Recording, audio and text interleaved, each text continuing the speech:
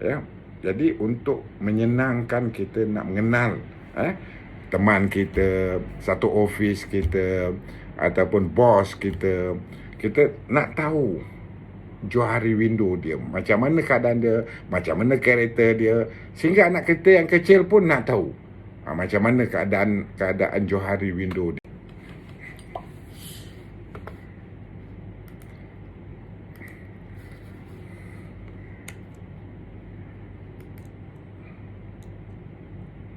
Okey. Daripada tadi lebih kurang kita tahu kita semua ni personality diri sendiri. Kalau kita tengok dalam diagram ni, dia ada introvert, ada ambivert, ada extrovert dan ada omnivert. So dalam ni kita kenal diri kita siapa. Berkenaan dengan introvert, ambivert, extrovert, omnivert, boleh detail, boleh dapat di dalam Google, dalam Google, dalam YouTube, banyak diterangkan tentang sifat-sifat introvert, ambivert, extrovert dan omnivert. Jadi boleh kita kenal pasti siapa kita, siapa sebenarnya kita ni. Adakah kita suka menyendiri, tak suka bercampur dengan orang? Adakah kita suka bercampur orang? Dia tak suka bersendirian. Adakah kita separuh-separuh? Ambivert ni dia separuh dia suka bersendiri, kadang dia separuh dia suka bergaul dengan orang. Juga omnivert dia extra, dia ada banyak extrovert dan banyak introvert. Jadi kita nak mengenal diri, kita perbanyakkan research di dalam YouTube ataupun Google untuk mengenal diri kita siapa. Jadi bila kita kenal diri kita siapa, jadi kita senang berinteraksi dengan masyarakat sekeliling. Okey.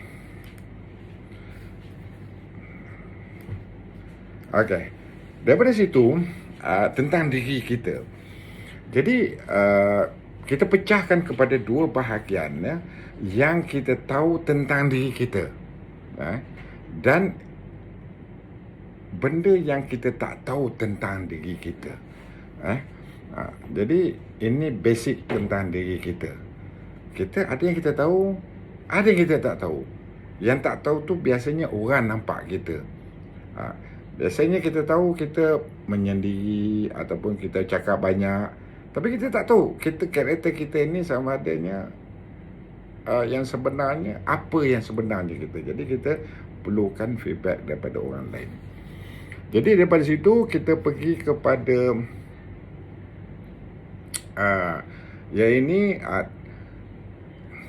pandangan masyarakat, pandangan orang lain terhadap kita. Yang kita tahu dan apa yang kita tahu. Orang tahu tapi kita tak tahu. Jadi kita pecahkan lagi benda ini kepada ini dia adalah basic kepada Johari Window. Ada 4 kotak. Yang sebelah atas kita, yang sebelah kiri adalah orang lain kepada kita. Open ni maknanya kita tahu tentang kita dan orang lain tahu tentang kita. Blind pula adalah kita tahu orang lain tahu tentang kita, tapi blind ni kita tak tahu tentang kita. Yang hidden pula, kita tahu tentang diri kita tetapi orang lain tak tahu tentang diri kita. Maknanya dia tersorok. Jadi nak yang open, orang nampak open, tetapi yang hiddennya orang tak nampak. Blind pula, kita sendiri tak tahu yang orang tahu tentang kita, tetapi orang tahu pada kita, tapi kita tak tahu. Contohnya macam blind ni, macam kita cakap banyak. Kita tak tahu cakap banyak, tapi orang tahu kita cakap banyak, tapi kita tak tahu yang kita ni jenis yang cakap banyak. Itu blind. Blind ni mana kita tak perasan benda tu. Hidden pula, kita tahu tapi orang tak tahu. Contohnya macam kita suka makan, contohnya kita suka makan masakan tempoyak. Orang lain tak tahu, sehingga kita bercerita dengan orang lain yang kita suka makan masakan tempoyak. Jadi hidden tu, kita bercerita orang, maknanya benda tu akan open tu akan bertambah ke bawah. Okay, next. Ini adalah daripada konsep Johari Window.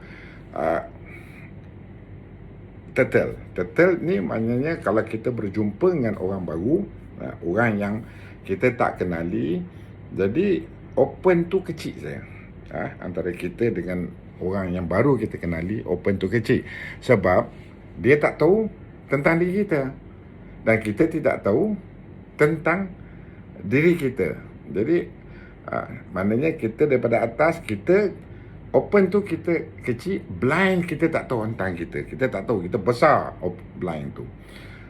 Open ke bawah ni, blind ni adalah pandangan orang terhadap kita. Jadi kita tahu, orang lain tak tahu. Unknown ni besar, unknown ni besar. Jadi open adalah yang orang tahu tentang kita dan kita pun tahu tentang kita. Kawasan blind ni adalah kita tak tahu tentang kita selagi orang tidak memberi respon kepada kita. Blind dekat sini pula adalah benda yang kita simpan. Misal kata, contohnya kita tak makan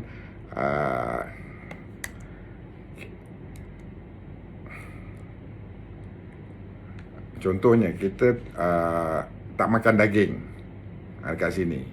Orang tak tahu kita tak makan daging. Tapi orang tak tahu kenapa kita tak makan daging. Mungkin kita ada darah tinggi ke dan sebagainya. Itu ada turtle. Turtle ni biasanya kita baru nak kenal orang. Ini dalam dia punya diagram, dia punya window. Open ni kecil, blind sini besar, blind sini besar, unknown lagi besar. Unknown ni maknanya okey, kita pergi kepada interview.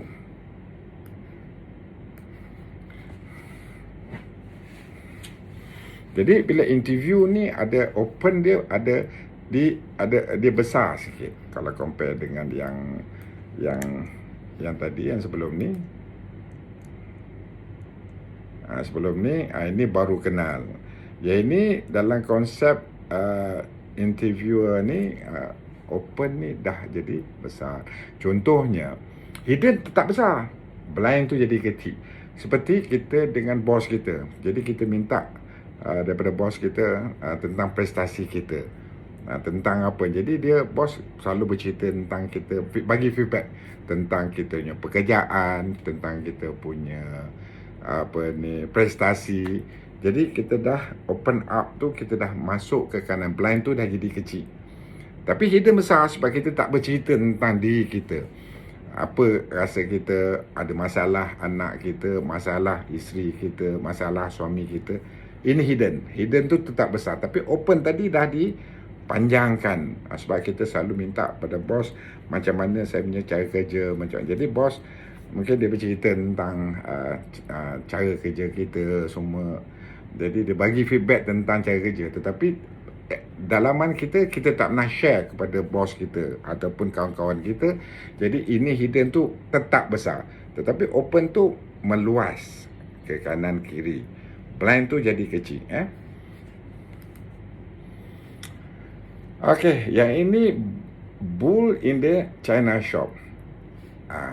Yang ini adalah karakter di mana kita bercerita banyak. Bercerita banyak, tetapi kita tak ada feedback. Jadi kita orang kata dia kebanyakan ni orang cakap self-centered. Dia bercerita tentang diri dia, cerita. Jadi dia open mana ke bawah, hidden dah kecil, banyak tentang diri kita, bercerita dengan orang. Tetapi blind tu jadi besar disebabkan oleh kita tidak mau ada respon, maknanya tak ada feedback. Kita ada orang nak bagi feedback je, kita ignore je. Mana blind tu besar sebab proses perjalanan kita ni, kita tidak pernah nak ambil kisah feedback daripada orang. Orang tu bagi feedback yang bagus ke, untuk kebaikan ke, kita just ignore feedback daripada orang lain. Itu dinamakan bull in the China shop. Kita nampak besar, kita nampak, tapi kita tak, apa yang dalam dia tak cerita. apa yang dia tak ambil feedback. Tapi dia bercerita, dia menunjukkan kekuatan dia. Okey, ini adalah Johari window yang terbaik. Di mana di samping dia bercerita, dia mengambil feedback daripada orang lain tentang diri kita. Ini Johari window yang terbaik untuk pasangan. Ini lebih kepada personal antara kita dengan rakan kita. Contohnya rakan sekerja. Jadi kadang-kadang bukan saja tentang kerja, tetapi kadang-kadang kita cerita personal sedikit. Jadi kita hidden tu kita kurang. Kadang kita share kepada kawan-kawan satu pejabat apa masalah kita. Jadi blind dan hidden tu menjadi kecil, unknown tu pun menjadi kecil. Kita open up kita punya diri. Kita bercerita dengan diri kita, tetapi kita membuka dada kita untuk menerima feedback daripada rakan-rakan ataupun pasangan. Yang ini boleh digunakan pakai untuk sesama pejabat, dengan pasangan kita dekat rumah. Jadi Johari window ni adalah satu konsep window yang terbaik untuk kita praktiskan dia. Setiap orang ada Johari window dia tersendiri. Kalau kita tengok sekeliling kita, ada yang benda disimpan dalam dia tak bercerita. Jadi kita tengok dalam banyak-banyak ni ada yang kau tengok banyak karakter kita tengok. Adakah kawan kita jenis yang bercerita tentang diri dia je? Dia tidak ada menerima feedback daripada rakan-rakan. Ini nama bull in the China. Adakah dia jenis yang sederhana interview, maknanya dia menerima feedback tetapi cerita tentang dia tak bercerita dengan orang, jadi hidden banyak. Adakah seperti ini, mana open sikit, dia tak ada ambil feedback, dia tak ada bercerita tentang diri dia. Ini kes yang mana selepas tahun pun selepas tahun pun masih dalam keadaan ni, maknanya perhubungan antara kita dengan individu tu adalah dalam keadaan yang sangat surface, ya. Jadi kita biasakan kalau dalam keadaan ni kita menerima feedback tetapi hal kita sorok, maknanya kita tak bercerita tentang diri kita. Yang dalam ni kita bercerita tentang diri kita, feedback kita tolak. Tapi yang terbaik adalah yang ini. Mana kita bercerita, kadang kita luahkan apa kita cerita apa yang kita suka makan, apa yang kita suka, apa yang kita tak suka. Dan kita terima feedback. Orang cakap kepada kita, karakter kita macam ni. Sekian, tak suka apa ni, baca banyak, tak nak menerima. Jadi kita terima teguran, jadi kita luaskan diri kita kepada masyarakat. Jadi sifat orang yang mempunyai sifat Johari window macam ni, biasanya dia senang bercampur dengan masyarakat, ya. Dia tidak ada masalah. Biasa yang menjadi masalah, kau tengok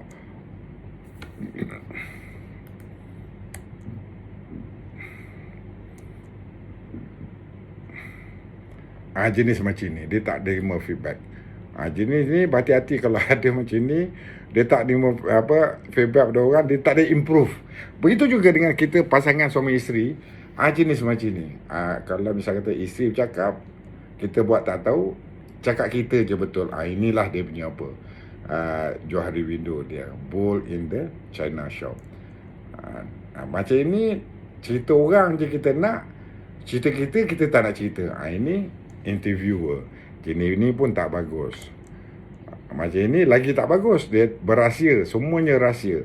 Jadi yang terbaik adalah jenis ideal. Jenis ni. Jadi tentang ni, kalau kita nak tahu lebih mendalam tentang kita macam mana Johari window ni, boleh search di dalam di dalam YouTube, di dalam Google tentang Johari window. Ya, jadi untuk menyenangkan kita nak mengenal teman kita, satu office kita, ataupun bos kita, kita nak tahu Johari window dia, macam mana keadaan dia, macam mana karakter dia, sehingga anak kita yang kecil pun nak tahu macam mana keadaan Johari window dia.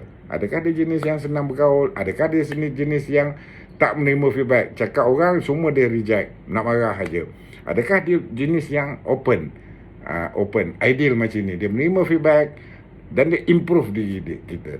Kemudian cerita dia pun dia bercerita lebih kurang, jadi tak ada sorok, tak ada nak bersimpan dalam hati. Jadi hidden tu kecil, blind pun kecil, unknown pun lagi kecil. Jadi ini adalah sifat Johari window yang terbaik, yang ideal sekali kepada kita untuk kita apa ni. Jadi begitu je Johari window ni adalah perhubungan kita sesama manusia dengan pasangan kita, suami kita, isteri kita, sesama satu pejabat, kerani kita, bos kita, kawan-kawan sesama pangkat kita. Macam mana kita nak apply Johari window di dalam benda ni boleh didapati dalam Google ataupun di dalam YouTube, banyak. Jadi kita nak kenal diri kita betul-betul, who am I, siapa saya, apa karakter saya. Macam tadi kita tengok sebelum ni macam introvert tadi kan, itu pun penting. Jadi kita kena tahu kita ni jenis apa. Macam ni personality kita. Sebab dalam dunia ni ramai personality. Kalau kita introvert ni lebih kepada orang yang mempunyai karakter yang dia tak suka bergaul orang. Lepas kerja balik rumah, dia suka duduk rumah. Itu introvert. Macam extrovert ni dia suka bergaul dengan orang, dia suka menonjolkan diri. Biasanya pemimpin banyak daripada extrovert. Ambivert.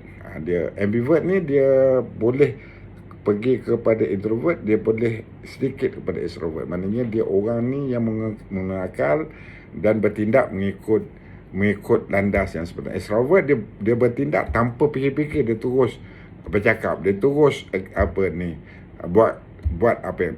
Manakala introvert dia balik rumah dia tak nak campur kawan. Ya, kalau kita perhatikan dalam jabat kita ada jenis yang introvert. Dia tak suka bercakap, dia suka menyendiri. Bila makan dia seorang, dia tak suka bergaul dengan orang. So penting untuk kita kenal orang atau bersahabat atau diri kita ataupun pasangan kita, jenis mana kita ni, supaya bila dah kenal macam ni, baru kita pergi kepada Johari window. Jadi untuk diri kita, macam juga macam pasangan kita ataupun klik di pejabat kita, Johari window. Kalau kita perhatikan tadi jenis personality dia, adakah dia ada termasuk dalam golongan introvert ataupun extrovert ataupun ambivert ataupun omnivert. Dan daripada situ siapa dia, macam saya, tentang diri yang saya tahu, yang saya tak tahu.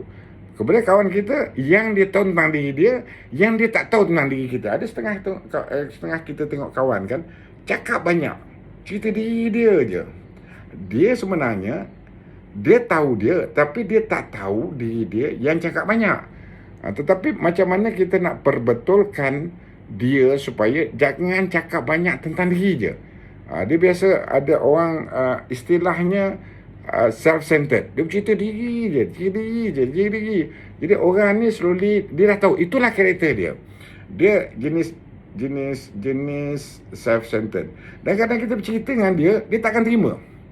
Jadi orang macam ni kita slowly kita bimbing ni supaya dia jangan self-centered lagi. How? Itu nak kena nanti throughout experience. Jadi ini kemudian total adalah di mula-mula perkenalan kita open. Mana kita tak tahu pada orang baru tu ada siapa dia. Yang kita tahu nama pun kita tak tahu. Jadi say hello, baru kenal nama, dah kahwin ke belum, sehingga dia menjadi membesar. Dan akhirnya yang terbaik adalah ideal, open. Jadi bila kita tahu dia dia siapa dia, dah kahwin ke, duduk mana, suka makan apa, suami dia suami dia siapa, ataupun isteri dia siapa, anak dia berapa orang, dia ni suka bermasyarakat ke tidak. Jadi benda ni dah open. Jadi pergaulan antara kita dengan seorang tu menjadi lebih terkawal, tidak yang menimbulkan beban ataupun konflik, ya. Okey, sebelum kita pergi lebih lanjut, ini adalah beberapa soalan-soalan yang perlu dijawab. Saya ingat semua dah ada kopi ni. Nanti saya break sekejap untuk anda mengetahui siapa anda. Tadi kita dah tengok jenis A, jenis B, kemudian jenis yang soalan-soalan ni. Sebelum kita pergi lebih lanjut, saya nak buka kepada sebarang soalan, ya, daripada semua. Kalau nak bertanya tentang Johari Window, tentang introvert, extrovert, ya, ambivert, minta tolong kalau ada apa-apa soalan, kita buka kepada persoalan, kita bincang.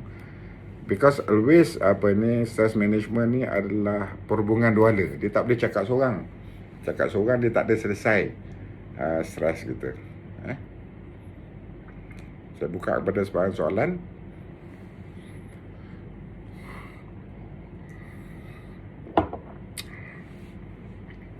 Ada ke semua ni? Ke dah tak ada ni?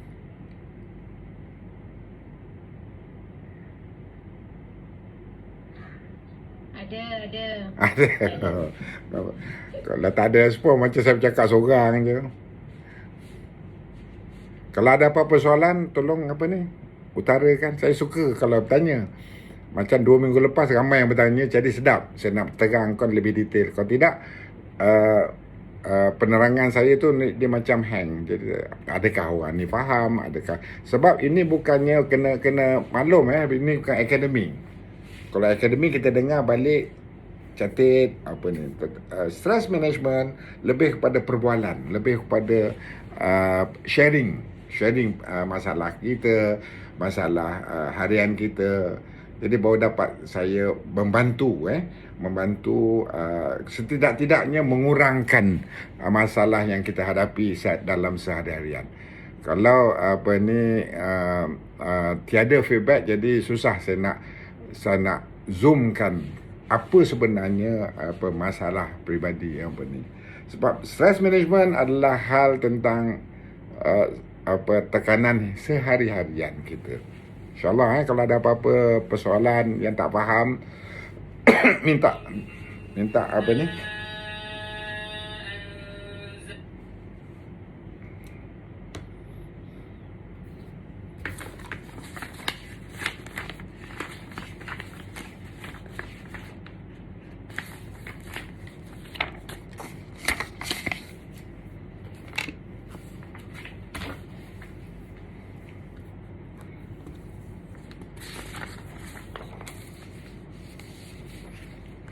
untuk soalan-soalan ni, kita tengok. Ini adalah soalan-soalan yang agak untuk mengetahui di mana kita.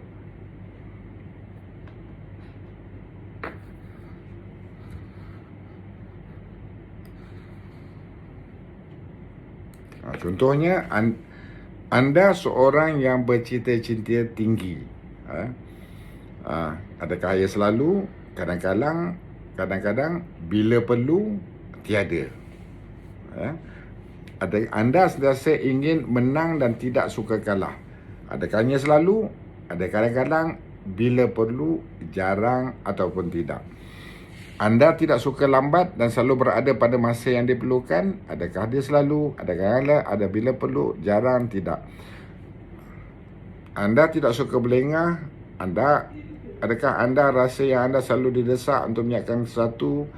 Adakah anda resah dan marah apabila anda terpaksa menunggu? Anda suka memotong ayat seorang, anda tidak memberi orang lain peluang bercakap, anda suka membuat banyak perkara dalam satu masa, anda suka berfikir apa yang perlu anda lakukan selepas ini. Ini banyak persoalan-persoalan ini, tapi kena jujur kepada diri sendiri untuk jawab, untuk letakkan kita dalam kategori yang mana. Tetapi sebaik-baiknya bila perlu tu yang terbaik. Macam anda seorang bercita-cita, anda seorang yang bercita-cita tinggi. Bila perlu cukup. Bila selalu, maknanya kita telah menekankan diri kita unnecessary. Maknanya kita meletakkan diri kita untuk bercita-cita tinggi. Anda sentiasa ingin menang dan tidak suka kalah bila perlu. Jadi maknanya give and take. Bila perlu je. Kalau tak perlu, buat apa kita nak menang kan? Kalau orang dah betul, kita bagilah dia orang. Kalau kita punya certain thing yang kita rasa kita perlu betul, baru. Jadi bila perlu tu sangat penting. Bukannya selalu, bukannya kadang-kadang, bukannya tidak, bukannya jarang, tapi bila perlu. Adakah anda rasa agresif apabila anda rasa kecewa? Bila perlu.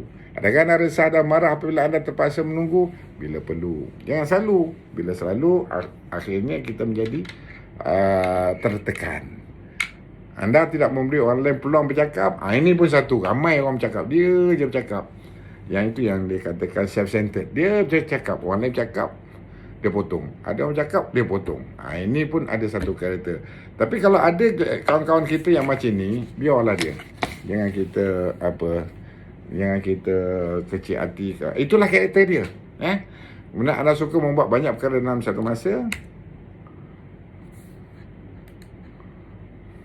Anda berfikir apa yang perlu aku lakukan selepas ini. Itu sekali-sekali. Kalau selalu sangat fikir macam itu, stres kita. Adakah anda bercakap dengan kuat dan tegas? Bila perlu. Anda makan atau berjalan dengan cepat? Bila perlu. Anda bercakap dengan menggerakkan tangan dan anggota badan lain? Bila perlu. Seboleh-boleh yang ini semua, biarlah dalam anda perlu. Sekiranya jawapan anda adalah kerap, selalu, cuba kurangkan. Cuba kurangkan bila perlu saja. Kalau kita terus dengan selalu tu, kita dalam keadaan tertekan InsyaAllah kita tak mahu hidup kita dalam keadaan tertekan. Okey. Saya buka kepada soalan. Minta tolong. Kali ni baik semua. Tak ada seorang pun nak menanya. Ainon tadi dah tanya, ada sharing sikit. Yang lain-lain ni please, kalau misalkan ada nak bertanya, minta tolong.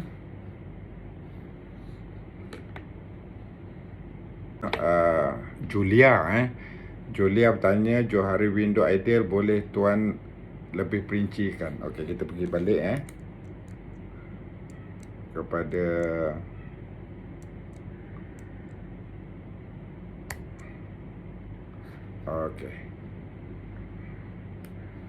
kepada open. Jadi yang kita nampak sekarang ni adalah ideal. Maknanya kalau kita tengok sebelah atas ini adalah diri kita. Kalau belah kiri adalah kawan kita. Jadi dalam kan ni, garisan yang tegak ni kita telah tarik ke kanan sehingga blind tu jadi kecil. Kemudian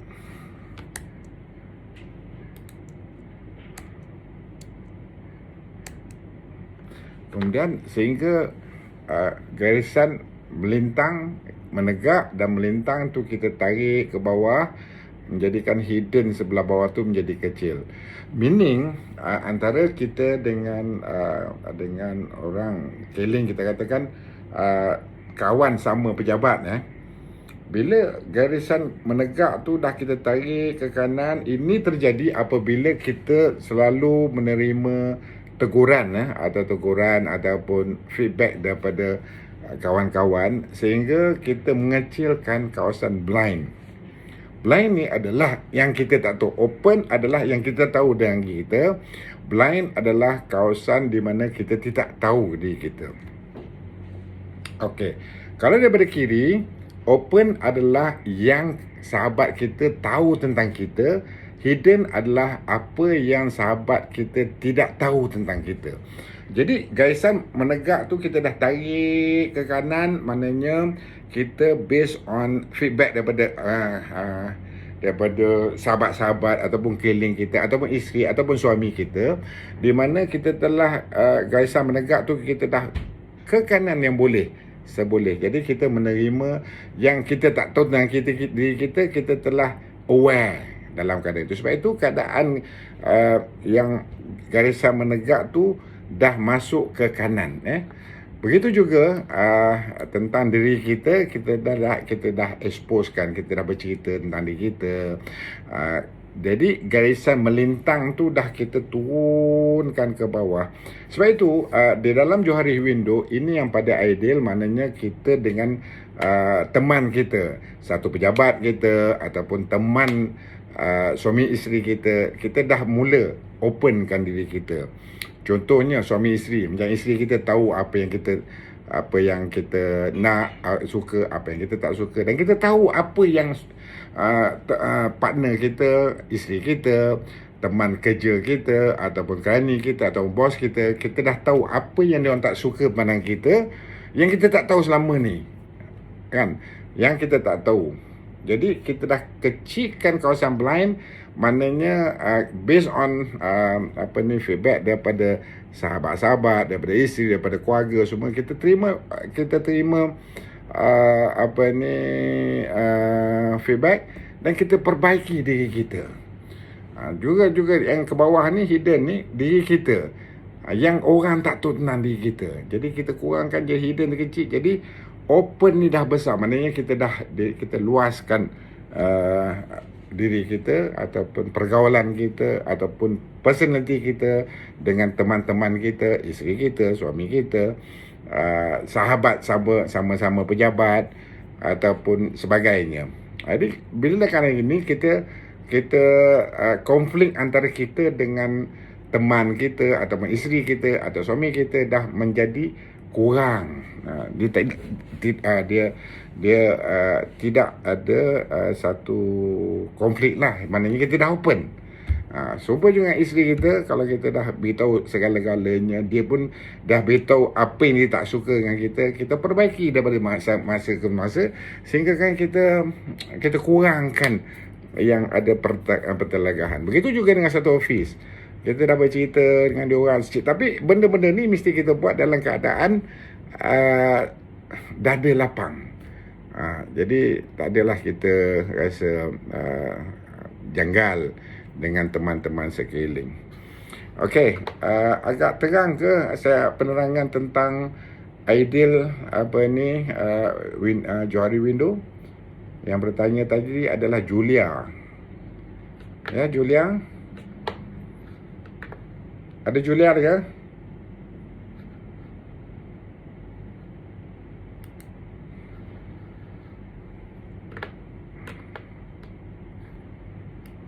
Adakah penerangan tu jelas Julia, sebelum kita pergi ke sesi seterusnya?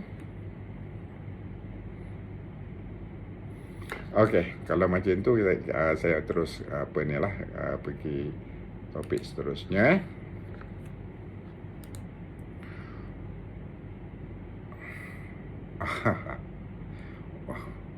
Julia nak type. Okey, terima kasih Julia. Dah okey, jelas tuan. Okey, kita pergi kepada topik seterusnya adalah punca-punca stres dan konflik.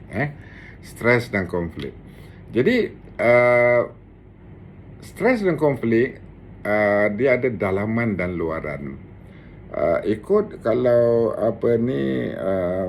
bahasa mudahnya,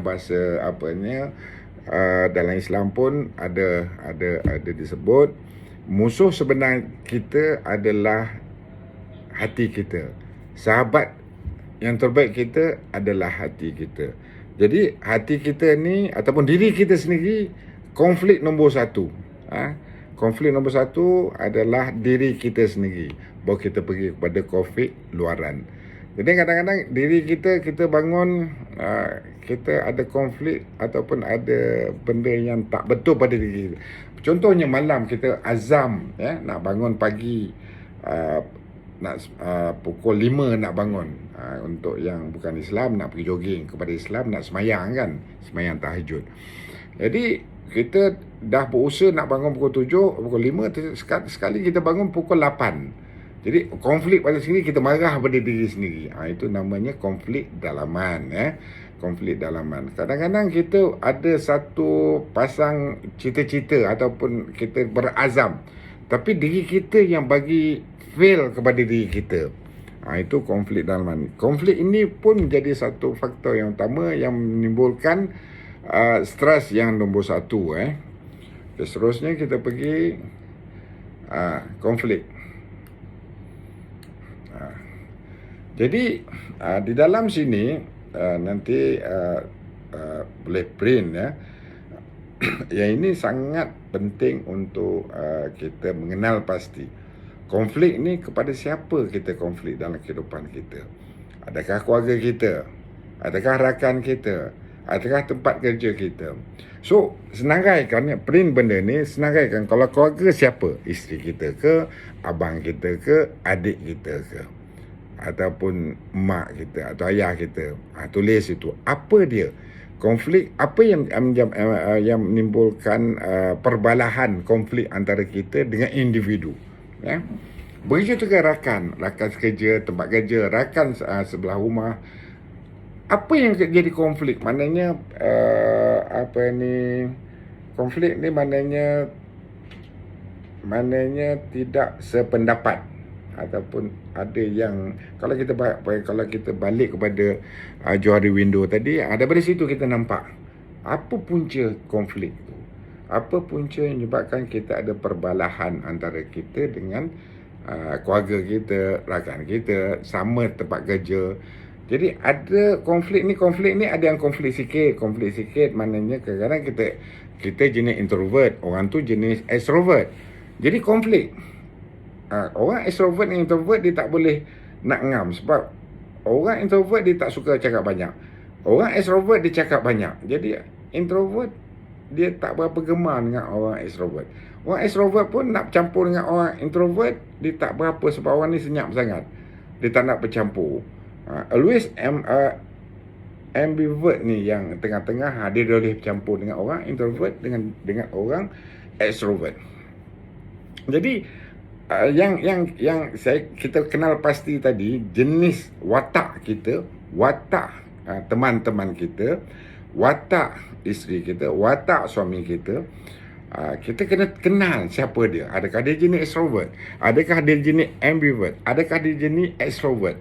Jadi lain orang, lain dia punya apa. Jadi orang, adakah kita ambivert? Jadi ambivert ni sebenarnya golongan yang boleh bercampur dengan orang extrovert dengan introvert. Biasanya orang introvert yang extrovert ni dia tak boleh nak ngam. So bila kita dah mengenal pasti siapa teman kita, dan kita masukkan dalam Johari Window tadi. Dalam Johari Window tu kita kenal pasti siapa dia kawan kita, supaya tidak menjadi konflik antara kita dengan dia. Jadi orang yang introvert ni biasanya orang tu selfish. Dia sendiri, dia tak nak campur dengan orang, dia nak bersendirian. Jadi orang macam ni kita tak boleh paksa untuk join. Dia jenis home jenis orang yang balik rumah dia tak ada apa. Jadi jenis macam ni kena, kalau kita introvert, jadi kita kena openkan kita punya fikiran, kita punya hati, buka kepada persekitaran. Okey. Jadi selepas kita kenal pasti, letak tulis keluarga kita, siapa dia. Katakan Abang Long, apa konflik tu? Apa sebenarnya konflik kita dengan dia? Ataupun rakan-rakan, ataupun isteri. Kalau isteri, apa konflik dia? Apa perbezaan yang menyebabkan dia menjadi macam itu? Jadi kita pergi balik kepada introvert, extrovert, ambivert tadi, dan juga Johari diagram isteri ataupun pasangan ataupun rakan kita ataupun sama tempat kerja. Kita tengok dia, adakah kita kenal dia, adakah dia menerima kita punya kita punya feedback. So macam mana kita nak membesarkan dia punya ruang open tu menjadi satu ruang yang besar sehingga kita tak ada konflik lagi dengan rakan kita. Okey. Kalau kita tengok penyebab dalaman, penyebab dalaman. Penyebab dalaman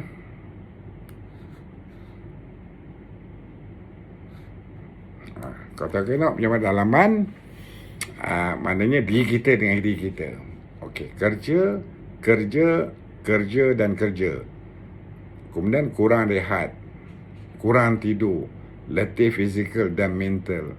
Ini kepada perempuan haid dan menopause. Kemudian berfikiran dan imej negatif. Kemudian kurang bersenam. Gangguan pada cara hidup normal seperti kerja shift, tidur siang, berjaga malam, tidak boleh tidur 8 jam sehari. Kemudian sakit. Ini penyebab penyebab dalaman kita sendiri. Okey. Kemudian kita tengok penyebab luaran. Okey. Penyebab luaran hubungan suami isteri.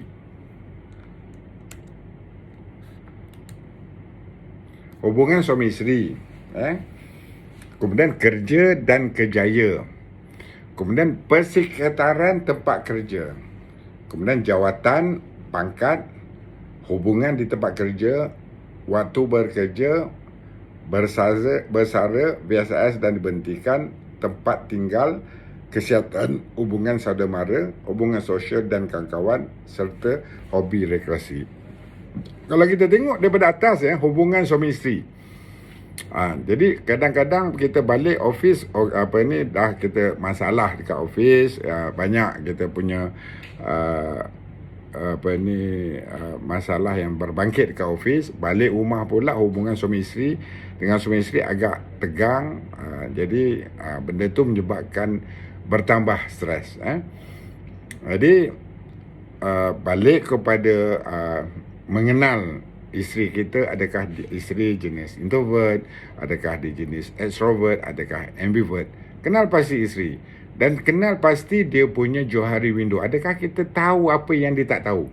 Adakah dia isteri kita tahu apa yang kita tahu tapi dia tak tahu. Jadi yang itu kita kena slowly cerita dengan dia apa yang dia tak tahu tu, kita supaya dia menerima feedback. Pada awalnya mungkin teguran-teguran yang berupa agak sensitif tu kita cuba bagi feedback secara baik. Itu nak secara bijaksana kepada isteri. Kalau salah kita cakap lain jadinya. Begitu dengan kerja atau kerjaya. Kerjaya menimbulkan tekanan yang luar biasa. Ini biasa. Tambah-tambah zaman pandemik ni banyak sangat kerja yang menyebabkan kita menjadi begitu sensitif. Kemudian persekitaran tempat kerja juga memainkan peranan penting juga di dalam hal ini.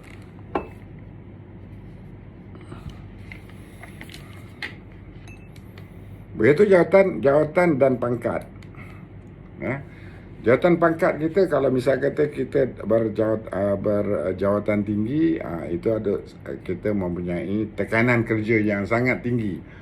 Ataupun kita jawatan kita sebagai pensyarah misalnya kata. Jadi kita mempunyai satu tanggungjawab yang tinggi untuk mendidik anak-anak murid-murid.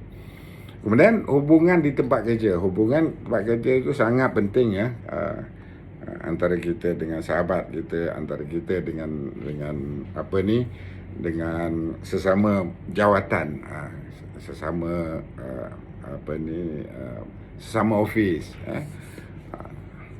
Kemudian waktu bekerja. Waktu bekerja ni zaman pandemik ni kerja dah tak tentu, tak mengenal masa dah.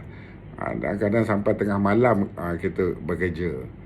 Kemudian bersara dan VSS diberhentikan. Ini adalah satu lagi jenis stres yang tak terfikir.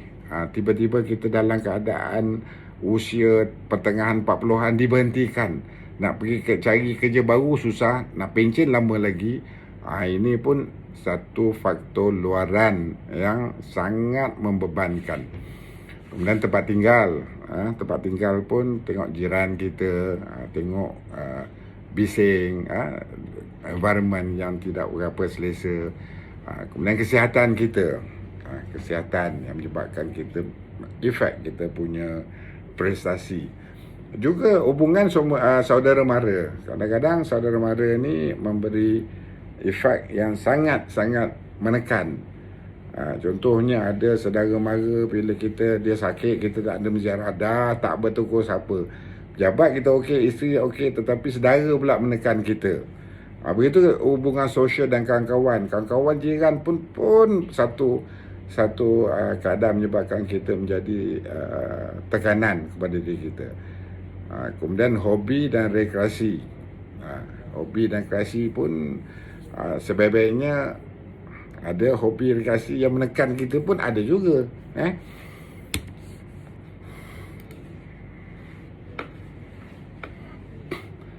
Okey, perubahan dan tekanan stres.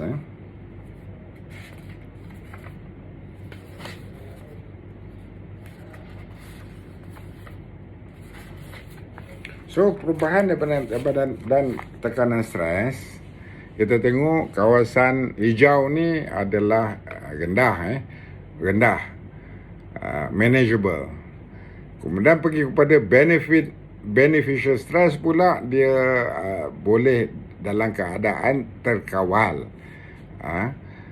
Jadi bila dah sampai ke harmful stress, ini efek kepada body, kepada mind.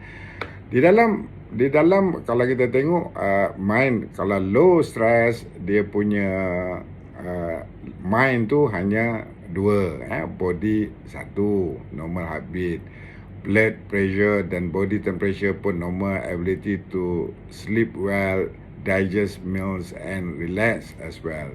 Jadi dia keadaan normal. Bila dah sampai ke optimal performance zone, body kita dah mula naik, heartbeat pun kita dah naik, pernafasan kita pun dah mula terganggu, kita punya muscle tension tu mula sakit bahu,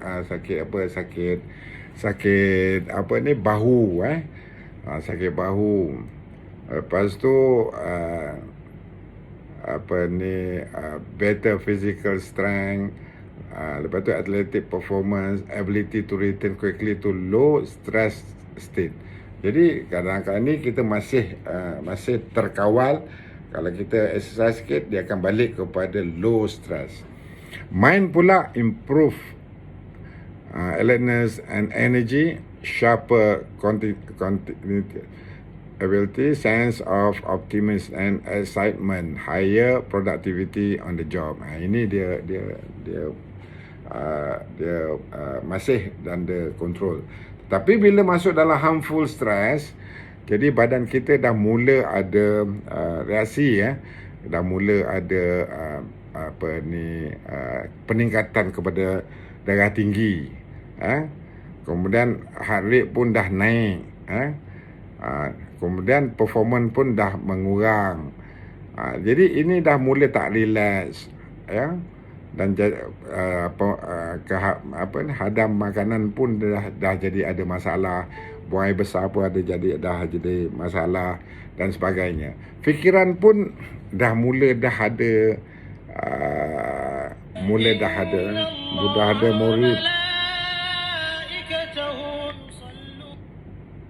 ada fikiran tak betul, lepas tu dah jadi tak sabar dan sebagainya. Jadi inilah adalah meter stres. Okey. Ini pula kita pergi kepada perubahan dan stres. Perubahan akan sentiasa berlaku dalam stres. Perubahan akan sentiasa berlaku. Perubahan pada persekitaran dan perubahan yang berlaku pada mental dan fizikal adalah antara penyebab mengapa manusia sentiasa berada dalam tekanan. Sebagai manusia, kita perlu mengurus perubahan yang berlaku di sekeliling kita. Ya, perubahan akan sentiasa berlaku. Dalam hidup kita, perubahan sentiasa berlaku. Perubahan pada kesihatan dan perubahan yang berlaku pada mental dan fizikal adalah penyebab mengapa manusia berada dalam tekanan. Jadi perubahan pada persekitaran, perubahan pada mental dan fizikal menyebab utama manusia sentiasa berada dalam tekanan. Sebagai manusia, kita perlu mengurus perubahan yang berlaku di sekeliling kita. Maknanya kita manage perubahan yang berlaku di sekeliling kita. Okey. Mengurus perubahan dan stres. Yang pertamanya adalah langkah-langkah mengurus perubahan dan stres.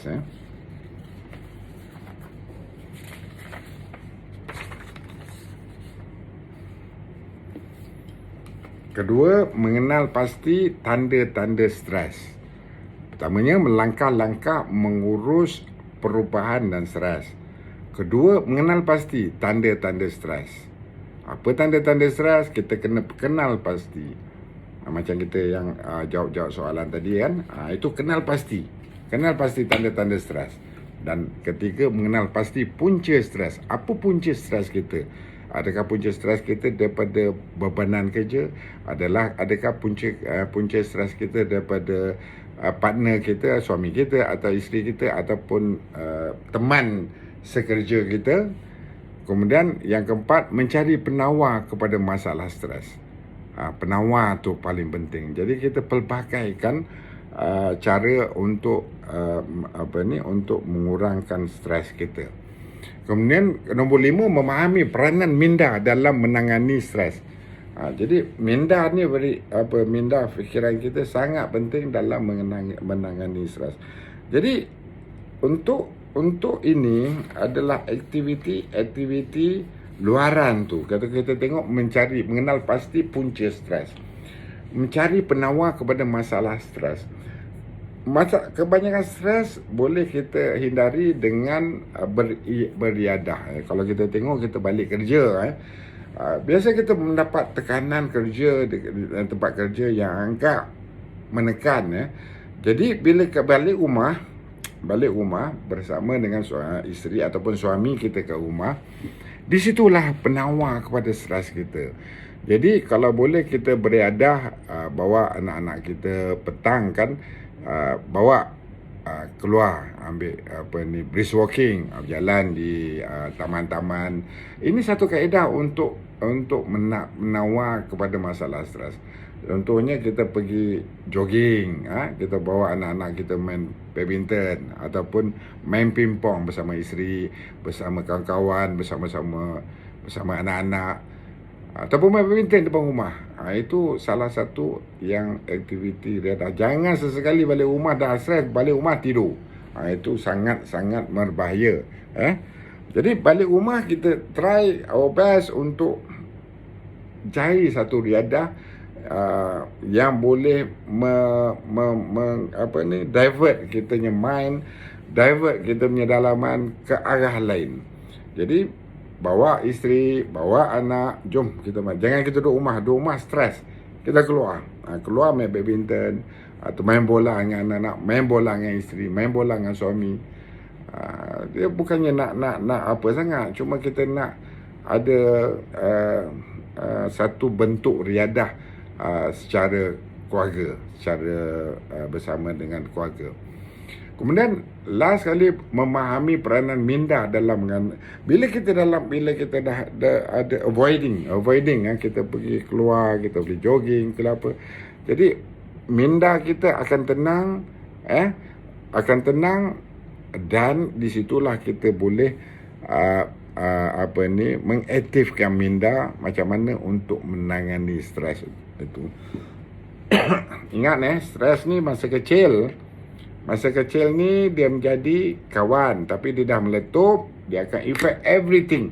Perhubungan kita dengan isteri kita, perhubungan kita dengan keluarga kita, perhubungan kita dengan sesama klik bekerja kita. Jadi jangan biarkan stres ini berleluasa mengontrol dalaman kita. InsyaAllah. Okey. Tanda-tanda dan gejala stres. Dalaman dan luaran. Itu tanda-tanda dan gejala stres. Kalau tengok gambar ni, ini adalah ciri-ciri orang stres ni. Tengok gambar kiri, lelaki ni dengan keadaan orang memberi telefon, seorang lagi beri kertas, seorang lagi ada file. Jadi dia dah buntu. Itu dah berasap kepala otak ni. Begitu dengan perempuan ni, kita tengok dalam keadaan first kali kita akan rasa stres tu dekat kawasan ni. Kita akan rasa tekanan kat sini.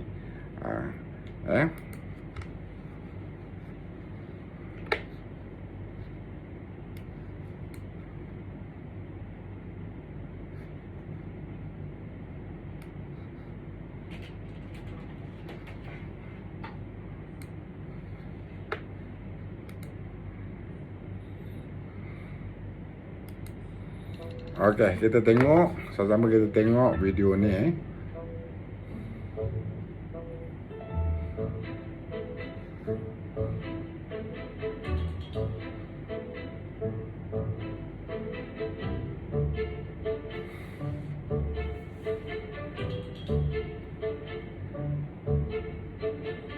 Kita tengok dalam pepanan kerja, muka pun dah mula murung.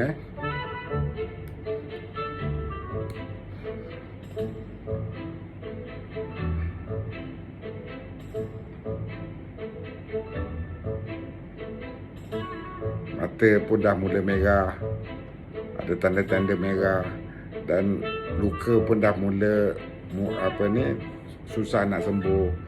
Kemudian jantung dah efek. Dalam ni adrenalin akan mengeluarkan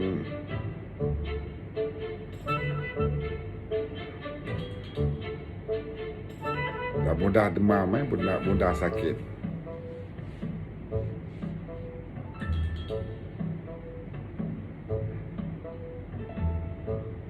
Jadi orang yang stres ni dia senang kena sesama. Kemudian digestive sistem pun dia jadi hand wire, jadi mula berangin perut, sendawa.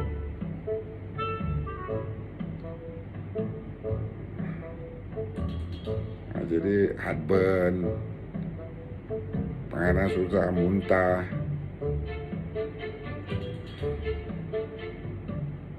Jadi diet, pemakanan diet, cukup sayur, cukup exercise adalah jalan yang terbaik.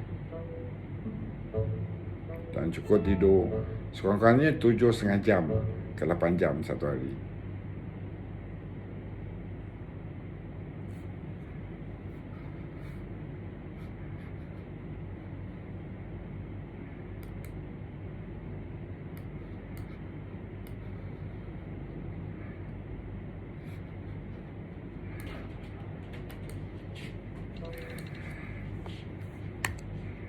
Okey, kita tengok tahap-tahap. Tengok tahap-tahap.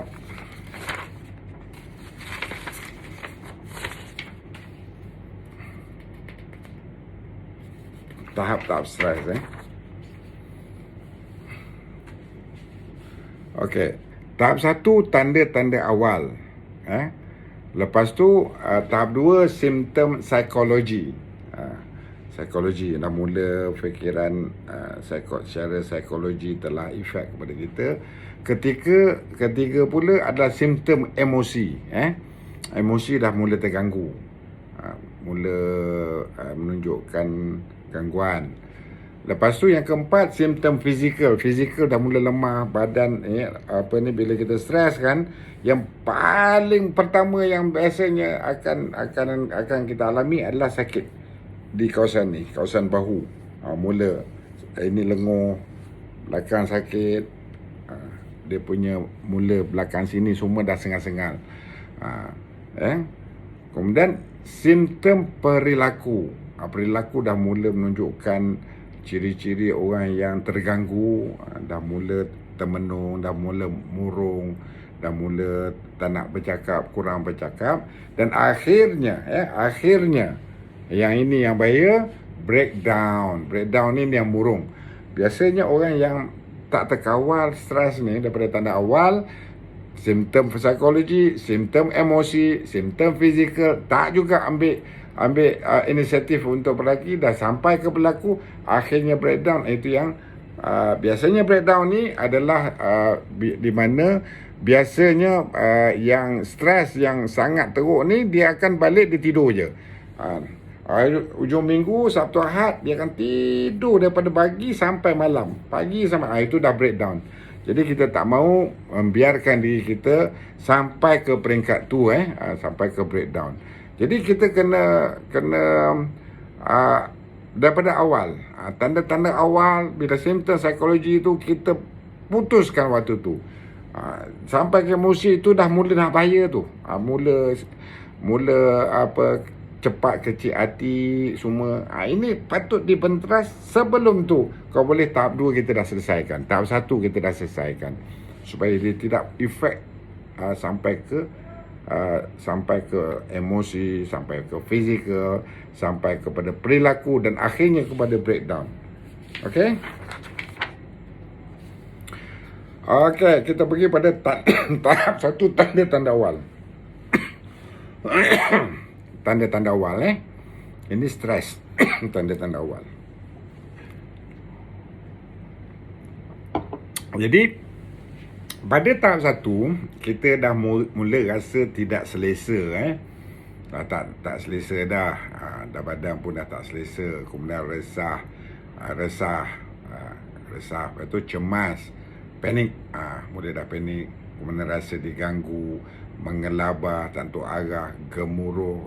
Jantung dah mula dalam peringkat awal ni. Sebenarnya biasanya gemuruh peringkat awal adalah debaran jantung, laju, jantung dah mula laju, tertekan, tegang.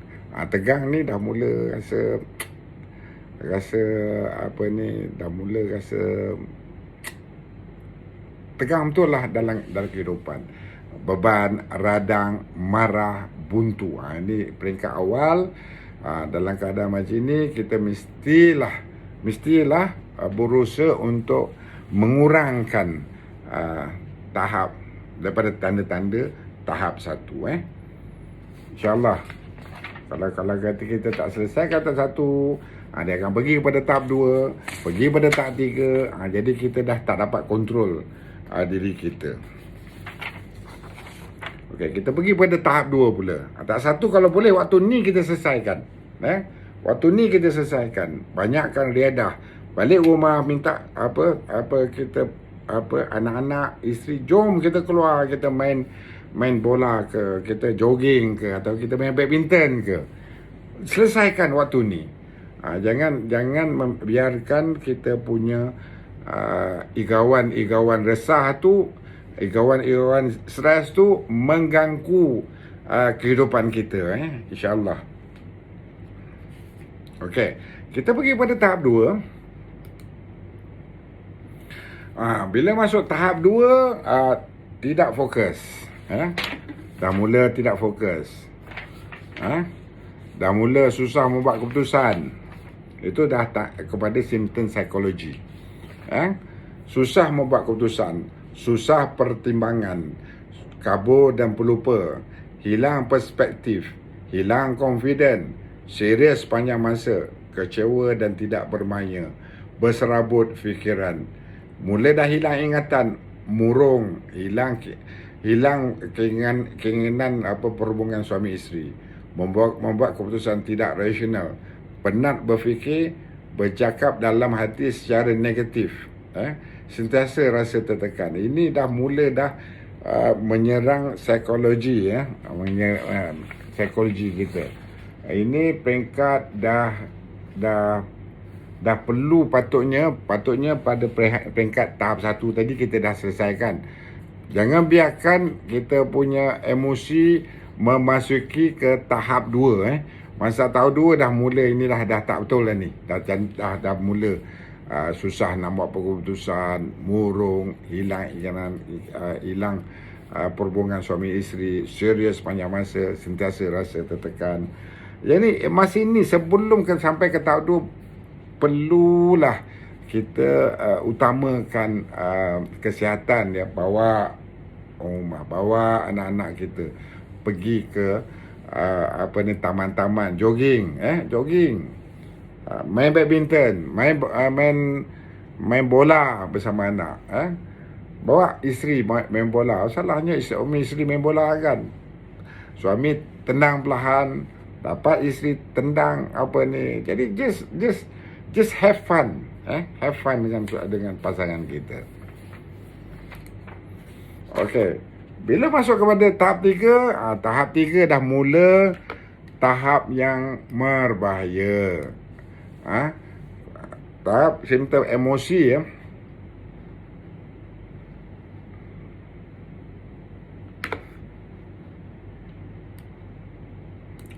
Okey. Mula resah gelisah teramat sangat. Ini dah sampai ke peringkat jiwa.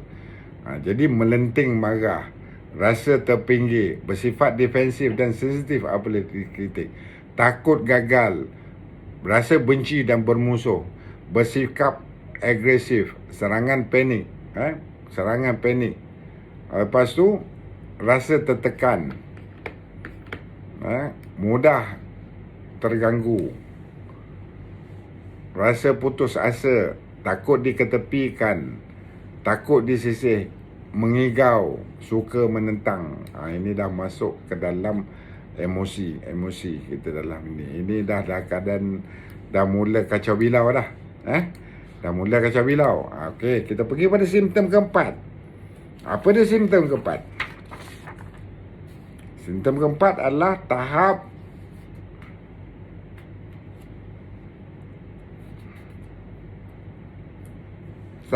fizikal. Tahap fizikal. Apa dia tahap fizikal?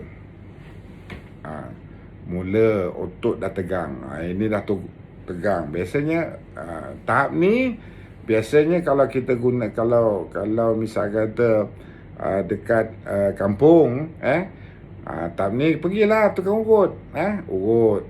Jadi dia tidak-tidaknya urut ataupun masaj ataupun spa kan, urut otot-otot badan kan. Jadi mengurangkan tekanan, kejang rahang, susah menelan, sakit perut. Ini dalam peringkat ini dah berdebar teruk, pening kepala, telinga dah mula berdengung, telinga berdengung. Ini dah peringkat agak serius. Masalah seksual, maknanya hubungan suami dah tak ada. Dah tak ada rasa nak lagi dah. Tengok bini pun dah tengok macam tengok patung, dah tak minat dah. Kemudian sindrom kaki tergetar, sentiasa penat je. Ajak keluar tak nak lah, aku penat nak tidur je. Sakit dada dan perut, tangan bergetar, telinga mula tadi kaki bergetar, ini dah tangan pula getar. Rasa nak muntah, ini rasa nak muntah biasanya ada angin perut kan, pening kepala, rasa nak muntah. Lepas tu rasa kram perut, denyutan bertambah laju. Kemudian rasa nak pitam, rasa nak pingsan, tercungap-cungap biasanya kitanya pernafasan dah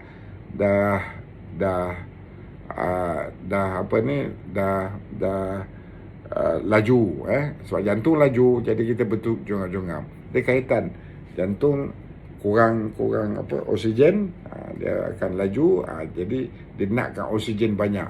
Itu dah mula tercungap-cungap. Kemudian serangan panik ataupun panic attack. Panic attack maknanya tadi dah berdebar. Bila panic attack, dia lagi berdebar, dia laju. Biasanya dalam 120-130 degupan per minit. Jadi ini sangat bahaya dalam peringkat ini. Kemudian mula malam tak boleh tidur dah. Pukul sampai subuh tak boleh, sampai pukul 5 pagi tak boleh tidur. Sekarang pukul 5, pukul 6 baru tidur, sejam kan nak kerja balik. Ini dah mula dia hair and wire dan efek kepada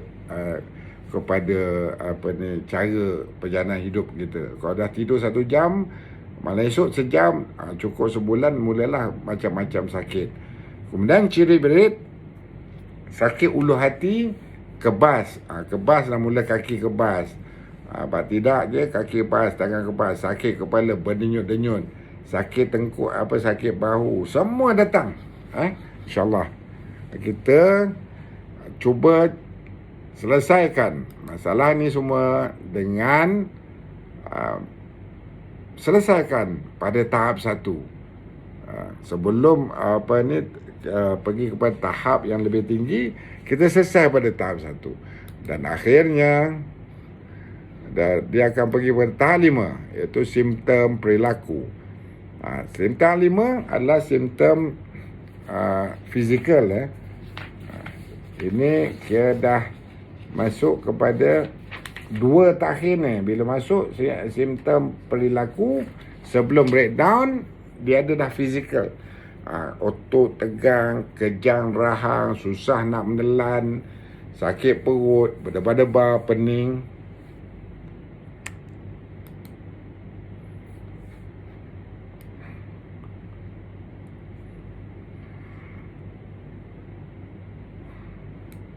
Ya.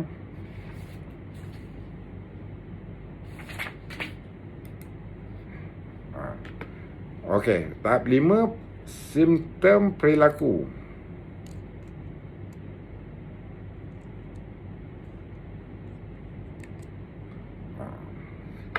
Okey, simptom perilaku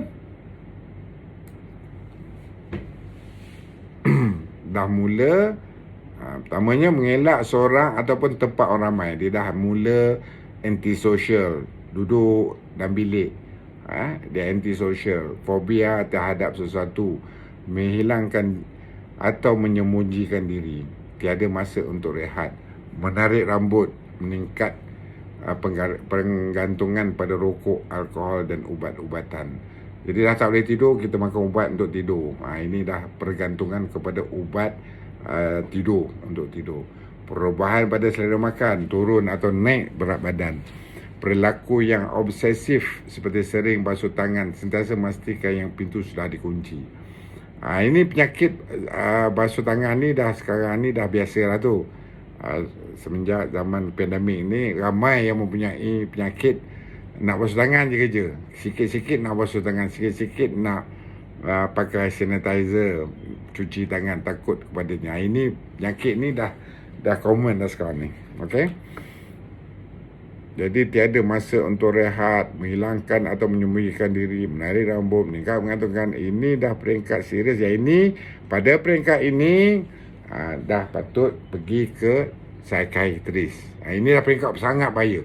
Janganlah sampai ke tingkat tahap 5 ni. Kalau boleh tahap 1 kita dah selesaikan. Kalau tahap 5 ni, ini dah kena pergi kepada pakar psikiatris. InsyaAllah petang ni kita akan ada syarahan daripada pakar psikiatris, 2.30 petang sekarang.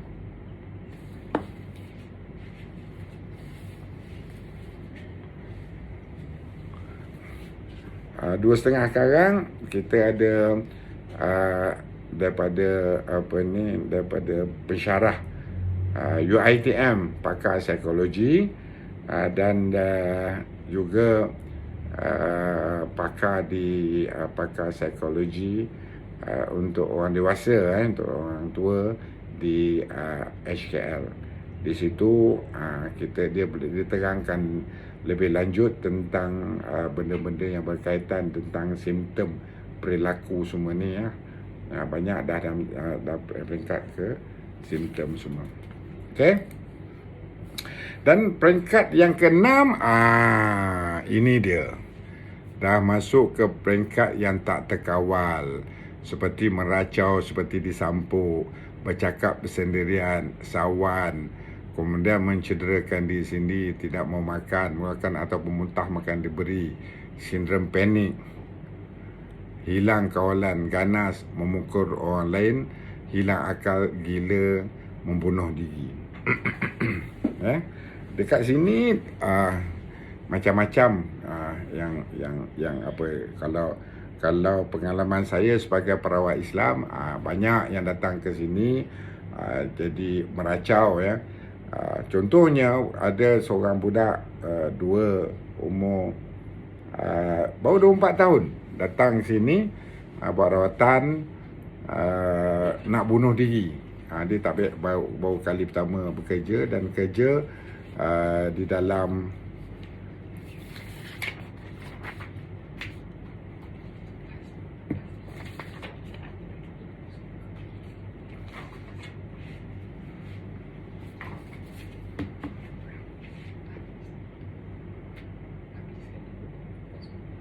okey. Jadi banyak okey, cerita yang tentang kena apa ni, baru bekerja kan, umur 24 baru kerja dan kerja terus zaman PKP, di mana dia menjadi anxiety yang teruknya sehingga rasa nak bunuh diri, rasa tak selesa, rasa emosi. Jadi alhamdulillah masa rawatan tu okey, dah sembuh. Cuma dia tidak dapat mengawal perasaan dia, sampai nak ambil pisau, calarkan apa ni tangan dia, jadi nak cuba bunuh diri. Jadi benda yang fobia kerja di awal pekerjaan di zaman PKP, jadi sangat-sangat tertekan. Jadi benda ni menjadi satu kelaziman pada semua.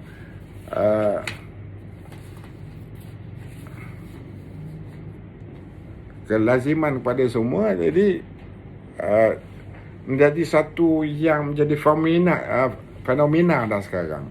Ramai yang ada fobia kerja, fobia itu sampai nak bunuh diri. Ramai sangat. Saya apa ni berjumpa dengan pesakit dan jenis macam ini. Okey. Tanam ni dia mengacau seperti disampuk. Ini ada kadang-kadang ada unsur jin pun ada. Bercakap sendirian pun ada juga faktor. Jadi bila kita dah lemah, ini dari segi Islam ya. Bila kita lemah, kita panik, kita dalam keadaan tidak tenteram, tidak apa, mula benda tu datang mengacau diri. Sebab itu kita dibekalkan dengan surah Qul a'udzu binnas untuk mengelakkan kita daripada gangguan-gangguan jin. Sawan, mencederakan diri sendiri. Ini semua bisikan-bisikan di dalam. Dia dalam ni bercerita sendiri. Kalau kita pergi doktor, dia akan dia ada halusinasi. Dia mendengar suara, suruh cederakan diri, ambil pisau, ada dengar suara. Tapi itu dari segi sains. Tapi dari segi kerohanian, benda tu adalah bisikan, bisikan jin. Tak mau makan atau muntah makanan diberi, ini takut gemuk, sindrom panik. Sindrom panik ni jantung laju sangat. Ini sangat biasa terjadi pada orang-orang yang ada gangguan. Kemudian hilang kawalan, ganas memukul orang lain. Mula dia dah bila diri sendiri tak berapa dapat kontrol, dia dah mula nak memukul orang, memukul anak, memukul isteri. Kemudian akhirnya macam jadi hilang akal atau gila. Last kali mengambil nyawa sendiri. Jadi ini benda-benda yang kalau kita biarkan berterusan terjadi pada diri kita, akhirnya kita menjadi tidak tentu arah. Hanya balik kepada agama. Kuat imak apa pun agama kita, ada yang sini yang non-Muslim, meditation. Kita kalau Islam, kita balik kepada Islam.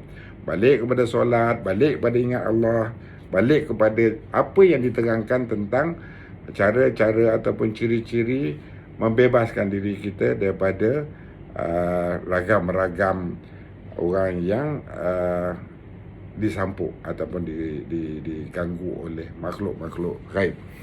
Okey, saya buka kepada soalan-soalan semua sebelum kita berhenti berehat. Ya. Masih ada lagi ke semua? Ke saya bercakap seorang je ni?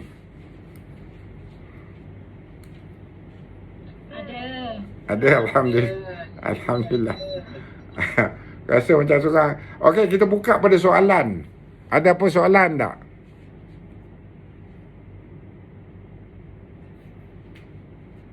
Yang selamat untuk dikeluarkan. Okay, you have problem, you have anxiety. Let's talk